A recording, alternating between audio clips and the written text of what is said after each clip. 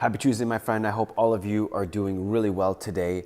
And today I want to talk a little bit about one of my heroes and something in his philosophy that I use every single day to make me a better entrepreneur and to be able to handle the lows of entrepreneurship. This hero for me is Marcus Aurelius. So Marcus Aurelius was one of the last great emperors, or I think the last great emperor of Rome. And this man went through hell. He went through hell and going from battle to battle, and he was in situations where it was just absolutely impossible to win. But lo and behold, the guy got through it. He won his battles, and the thing about it was he wrote things down in his diary. Now it's a book called Meditations. Now there's a lot of things that he talks about, but there's one thing in particular that resonated with me more than everything else, and that was resilience.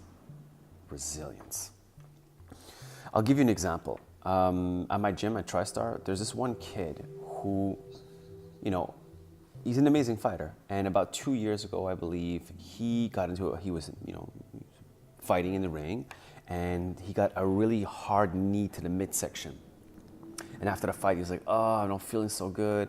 Went to the hospital. The doctor was like, "Oh my God, you're having massive internal bleeding." And I forget everything that was. I forget what exactly happened, but they basically had to open him up from here to chest all the way downwards. And the man couldn't fight for 1 year.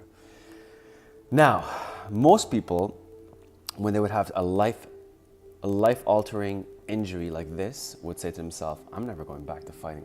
That's crazy. Let me try something else, another sport." But no, this kid, after 2 years, after 1 year, came right back to the gym, and now he's fighting again, and he's doing well, and he's kicking ass, and he's doing amazing. And he overcame that fear. He overcame those lows mentally, and I really have a lot of respect for this young man. And that reminds me of what an entrepreneur is going to have to go through on a daily basis. You see, entrepreneurship is this incredible, tough journey. It's an incredible tough journey because you're gonna have to go through no's and no's and no's and no's and no's. What I mean no's is like, "Hey, I'm trying this, no, it doesn't work. That's not gonna work. That's not gonna work." And then you have to figure it out on the fly. And it's like this Rubik's cube that you're going through in real time and not trying to get eaten alive by the market at the exact same time. It's a very difficult thing. I wish the movie Social Network had never come out because it gives a skewed view of how entrepreneurship actually works.